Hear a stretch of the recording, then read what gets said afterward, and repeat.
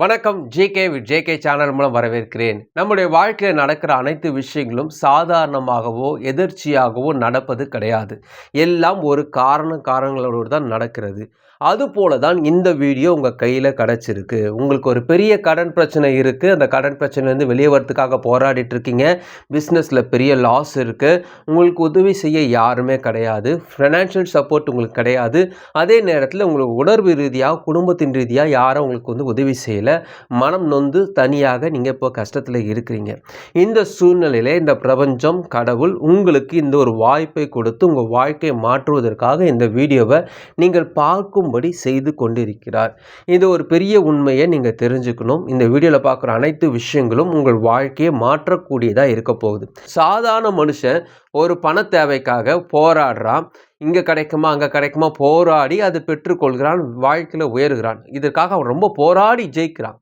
10 வருஷம் கஷ்டப்படுறத ஒரு வெற்றியாளர்கள் குறைஞ்ச நாட்களிலேயே சில மணித்துளிகளே அல்லது சில மாதங்களிலே வெற்றி பெறுகிறார்கள். ஏன் இவர்களை வெற்றியாளர்கள் சொல்கிறாங்க, ஏன் இவங்களை சாதாரண மக்கள் சொல்கிறாங்கன்னா, வெற்றியாளர்கள் சிந்தனையின் மூலமாக தான் நிறைய விஷயங்கள் செய்கிறார்கள். கால்நடைகள் சொல்கிறாங்க இல்லையா, இந்த ஆடு மாடெல்லாம் கால் நடைகள் சொல்கிறாங்க. மனுஷங்களை அப்படி சொல்கிறதில்லை. நம்மளும் காலில் தான் நடக்கிறோம், அதுவும் காலில் தான் நடக்குது. என்ன விஷயம் பார்த்திங்கன்னா, கால்நடைகள் சிந்திப்பதில்லை, மனிதர்கள் சிந்தித்து நடக்கிறதுனால தான் மனிதன் சொல்கிறாங்க. அப்போது ஒரு வெற்றியாளர்கள் சொல்லும்போது அவர்கள் சிந்தனையை தான் முதலில் அவங்க கொண்டு வருகிறார்கள். அவர்கள் வெற்றியை முதலில் தங்களுடைய சிந்தையில் கொண்டு வந்து வெற்றி பெறுகிறார்கள். நம்முடைய வாழ்க்கையிலும் இதே கான்செப்ட் தான் உங்களுடைய கடன் பிரச்சனையிலிருந்து உங்களை செல்வந்தனாய் மாற்றும். அதை பற்றி தான் இந்த வீடியோவில் நம்ம பார்க்க போகிறோம். நம்பர் 1, எதை பாதுகாக்க வேண்டும் என்று வெற்றியாளருக்கு நன்று தெரியும். ஒரு பையன் ஒரு பெரிய காத்தாடி விடுறாரு, கைட்டு விட்டுருக்காரு வச்சுக்கோங்களேன். மேலே பறக்குது, ஒரு 2 கிலோமீட்டர் தூரத்தில் பறந்துட்டுருக்கு. அந்த காத்தாடியிலேருந்து ஒரு நூல் அவர் கையில் இருக்குது.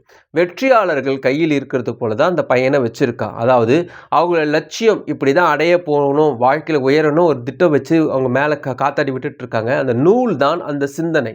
எவ்வளோக்கு எவ்வளோ சிந்திக்கிறாங்களோ அவ்வளோக்கு அவ்வளோ அவங்க காத்தாடி மேலே போயிட்டே இருக்கும், தடையை மீறி போயிட்டே இருக்கும். இதை கவனிக்க வேண்டிய விஷயம், அவங்களை சேத்தில் நின்றுட்டு கொண்டிருந்தாலும், முட்களில் நின்று கொண்டிருந்தாலும், ஒரு கட்பாறையில் நின்று கொண்டிருந்தாலும் கவனம் முழுக்க மேலே இருக்கக்கூடிய காத்தாடி மேலே தான் இருக்கும். தன் சிந்தனையை உறுதியாக பிடித்து கொண்டிருந்தால் தங்களுடைய வாழ்க்கை மேல்மையாக போகும்பதில் ரொம்ப கவனமாக இருப்பாங்க. ஒரு வீடு கட்டணும் நீங்கள் முடிவு பண்ணிட்டீங்க, ஒரு 50 லட்சம் கடன் அடைக்கணும் முடிவு பண்ணிட்டீங்கன்னா அவங்க எண்ணம் முழுக்க அதை அடைந்து விடும் என்ற எண்ணத்தோடு தான் இருக்கணுமே தவிர, நீங்கள் இப்போ இருக்கக்கூடிய பிரச்சனையை நினச்சி இது வாய்ப்பே இல்லை, அதெல்லாம் எங்கே நடக்க போகுது நீங்கள் நினைக்கவே கூடாது. நிறைய பேர் இப்போ இருக்கக்கூடிய பிரச்சனையை யோசிச்சுட்டு நானே சேத்துல இருக்கிறேனே, எனக்கு எங்கே இதெல்லாம் நடக்க போகுதுன்னு சேத்தை பார்க்கும்பொழுது அந்த பட்டம் கீழே விழுகிறது.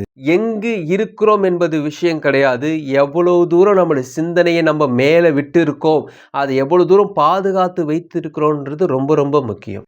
நம்பர் 2, நாம் அடிக்கடி செய்யும் தவறை வெற்றியாளர்கள் செய்ய மாட்டார்கள். உங்ககிட்ட ஒரு 1000 ரூபாய் இருக்குது, காலையில் 8 மணிக்கு ஒரு கடைக்கு போகிறீங்க, ஒரு செப்பல் வாங்குறீங்க, 200 சொல்கிறாரு, வாங்கிட்டீங்க. நீங்களும் வாங்கிட்டு அப்புறமா உங்கள் ஃப்ரெண்டை போய் பார்க்குறீங்க. அப்போ செப்பல் என்னடா ரேட்டுன்னு 200 சொல்கிறீங்க. அவங்க சொல்கிறான், இல்லைடா ஒரு 50 தான்டா, ஏமாற்றிட்டான்னு சொல்லிட்டு அவனும் வேற ஒரு கடையில் போய் காட்டுறான். அப்போ உங்களுக்கு மனசு பக்குன்னு ஆகுது. டேய் நம்ம ஏமாற்றிட்டான்டான்ட்டு அந்த 8:30 மணிக்கு காலையில் ஸ்டார்ட் பண்ண எண்ணம் அந்த நாள் முழுக்கவே இந்த 150 நம்மளை ஏமாற்றிட்டாங்களே, அந்த மனுஷனை ஏமாற்றிட்டாங்களேன்ட்டு அவர்கள் மேலே ஒரு வெறுப்புணர்ச்சி. 2வது குற்ற உணர்ச்சி, நம்ம எப்படி ஏன் ஏமாந்தோம், நம்ம ஏமாந்துருக்கக்கூடாது, நம்ம புத்திசாலித்தனமாக தானே இருந்தோம், நம்ம பாதுகாப்பாக தானே இருந்தோம். 2வது கடவுள் ஏன் இதை அனுமதிச்சார். இது போல் 150 200 மட்டும் கிடையாது, சில பேர் 50,000 60,000 யாராவது ஏமாற்றிட்டு இருப்பாங்க, இவங்கள விட்டுட்டு இருப்பாங்க, நம்பி ஏமாற்றிட்டு இருப்பாங்க, ஏதாவது கொடுத்து ஏமாற்றிருப்பாங்க. அந்த எண்ணங்கள் பார்த்தீங்கன்னா இன்னமும் அவங்க மனசில் அப்படியே அந்த நாள் முழுவதும் நடந்து கொண்டே இருக்கும்.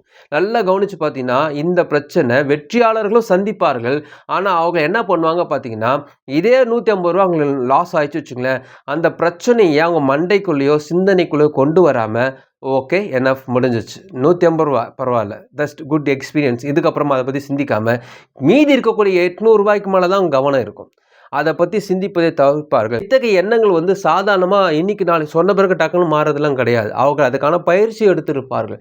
அவர்கள் சிந்தனை முழுக்கவே தன்னுடைய எண்ணத்தை பாதுகாத்து கொள்ள வேண்டும். தனக்குள்ள ஒரு பெரிய பொக்கிஷம் இருக்கு, ஒரு உயர்வான திட்டங்கள் கடவுள் இங்கே வச்சிருக்காரு. அதுக்காக இந்த 200 ரூபாய்க்கெல்லாம் அதை டிஸ்டர்ப் பண்ணி அதை நான் ரொம்ப வெறுப்புணர்ச்சியை போட்டு கோபத்தை போட்டு குற்ற உணர்ச்சியை போட்டு அதை டிஸ்டர்ப் பண்ண மாட்டேன். ஒரு கருவில் இருக்கும் குழந்தையை ஒரு தாய் எப்படி பாதுகாத்து கொண்டு இருக்கிறாளோ அதே போல தான் என்ன சாப்பிடணும், அவங்களுக்கு சாப்பாடு முறை மாறிடும், நடக்கிற முறை மாறிடும், சுவாசிக்கிற முறை மாறிடும், தூங்குற முறை மாறிடும். ஸோ ஒரு குழந்தையை எப்படி அவங்க பாதுகாத்து கொண்டு இருக்கிறார்களோ அதே போல தான் தங்களோட லட்சியங்களை தங்களோட சிந்தனையில் போட்டு அதை மட்டுமே அவங்க வந்து யோசித்து அதை பற்றியுமே பாதுகாத்து வைத்து கொண்டு இருப்பாங்க. சின்ன சின்ன விஷயத்துக்கெல்லாம் டிஸ்டர்ப் பண்ணிக்க மாட்டாங்க. உங்களுக்கு பெரிய வீடு கட்ட போகிறீங்க, ஒரு கார் வாங்க போகிறீங்க, கடன் அடைக்க போகிறீங்க, உங்கள் அக்கௌண்ட்டில் ஒரு 50 லட்சம் வரப்போகுது, உங்கள் வாழ்க்கை உயரப்போகுது. இந்த எண்ணங்கள் இருந்துச்சுன்னா அந்த எண்ணத்தை ஒரு குழந்தை போல் பாவித்து நீங்கள் பாதுகாத்து கொண்டு இருக்க வேண்டும். உங்கள் உணவு முறை மாறணும், பேச்சு மாறணும், சிந்தனை மாறணும், தூக்கம் மாறணும். இதை எல்லாமே நான் வந்து டிஸ்டர்ப் பண்ணாமல் இருக்கிறதுக்கு இந்த விஷயங்கள் தேவைன்னு சொல்கிறேன். நம்பர் 3, உங்களுடைய வாழ்க்கையை மாற்றக்கூடிய முக்கியமான ஒரு கட்டம் இதுதான். கடவுள் விரும்பக்கூடிய விண்ணப்பம் எது என்றால் கடவுளுடைய செயலாக நீங்கள் மாற வேண்டும் என்று கடவுள் விரும்புகிறார். அதாவது ஒரு கம்பெனியில் ஒர்க் பண்ணுறாரு ஒரு பையன், அவர் வந்து பணம் தேவைன்ட்டு கடவுள்கிட்ட ப்ரேயர் பண்ணுறாரு. எனக்கு ஒரு 5000 ரூபாய் இந்த மாதம் இன்க்ரிமெண்ட் இருந்தால் ரொம்ப நன்றாக இருக்கும்னு ப்ரேயர் பண்ணிட்டே இருக்கிறாரு. கடவுளும் வந்து பிளஸ் பண்ணுறாரு. அதுக்கேற்ற மாதிரியே அந்த முதலாளி அவருக்கு 5000 ரூபாய் ஏற்றி கொடுக்குறாரு. இல்லை கவனிக்க வேண்டிய விஷயம் என்னென்னா, கடவுள் டைரெக்டாக கொடுக்கல, நடுவில் ஒரு முதலாளின்னு ஒருத்தர் வச்சுருக்காரு இல்லையா, அவர் தான் செயல். அந்த செயல் மூலம் உங்களுக்கு இந்த பணத்தை கொடுக்குறாரு இல்லையா. ஆனால் கடவுளோட விருப்பம் என்னென்னா, இந்த 5000 ரூபாய் கேட்கக்கூடிய இடத்துல நீங்கள் இருக்கக்கூடாது, இந்த செயலாக நீங்கள் இருக்கணும், நீங்கள் முதலாளியாக இருக்கணும். அப்படிதான் அவருடைய விருப்பம். ஸோ உங்களுடைய விண்ணப்பங்கள் பெருசாக இருக்கணும். அந்த பெருசான விண்ணப்பத்தில் தடைகளாக வைத்து கொண்டு இருக்கக்கூடாது. எனக்குலாம் இதில் கிடைக்குமா, என் குடும்பத்தில் யாருக்கும் இந்த லெவல்லாம் திங்க் பண்ணலையே, நான் ரொம்ப அதிகமாக திங்க் பண்ணுறனோ, பேராசைப்படுறனோ, ரொம்ப பேராசைப்பட்டு நஷ்டமாயிடுவனோ, இது போல் கிடையவே கிடையாது. கடவுள் திட்டங்கள்லாம் உங்களை உயர்வாக வைத்து கொண்டிருப்பது தான் கடவுள் திட்டம். உலகத்தில் படைச்ச அனைவரும் செல்வந்தர்களாக தான் ஆசைப்படுறார் ஆண்டவர். அப்படி இருக்கும் பொழுது ஒரு சில குறிப்பிட்ட மக்கள் மட்டும்தான் மேலே மேலே உயரணும், ஒரு சில மக்கள் கடைசி வரைக்கும் அடிமையாக இருக்கணும்னு கடவுள் எப்பவுமே திட்டம் கொள்வதில்லை. நம்ம சிந்தனைகள் நம்ம குறுகி இருக்கிறதுனால அல்ல நம்ம சூழ்ந்திருக்கக்கூடிய மக்கள் நம்ம அப்படி குறுக்கி வைத்து கொண்டு இருக்கிறார்கள். வந்தானா நம்ம வரக்கூடாதுன்றதுக்காக நம்மளை சிந்தனையில் தட்டி தட்டி தட்டி சில வார்த்தைகளை போட்டு இப்படி அப்படி சொல்லி நம்மளை மட்டம் தட்டி வைத்து கொண்டு இருக்கிறார்கள். நம்ம கவனிக்க வேண்டிய விஷயம், அதை உடைத்து கொண்டு வர வேண்டும். ஏனால் கடவுளின் செயலாக நீங்க மாறணும். நீங்க 10 பேருக்கு சம்பளம் கொடுக்கணும். இப்போ உங்க கையில 10 பைசா இல்லைனாலும் பிரச்சனை அங்கு கிடையாதுங்க. உங்க கையில 100 ரூபாய் இல்லைனாலும் பிரச்சனை அங்க கிடையாது. உங்ககிட்ட 30 லட்சம் அல்லது 1 கோடி ரூபாய் கடன் இருந்தாலும் பிரச்சனை பணத்துல கிடையாது. உங்க சிந்தனையில் நீங்கள் தடை செய்து வைத்திருக்கிறீர்கள் அல்லவா, இதெல்லாம் நடக்குமா, என் வாழ்க்கை மாறவே மாறாதா, என் சூழ்நிலை மோசமா இருக்குன்னு இப்போ இருக்கக்கூடிய சூழ்நிலையை வச்சு உங்களை கணக்கு போட்டு வச்சிருக்கீங்க தெரியுமா, அதுதான் உண்மையான பிரச்சனை.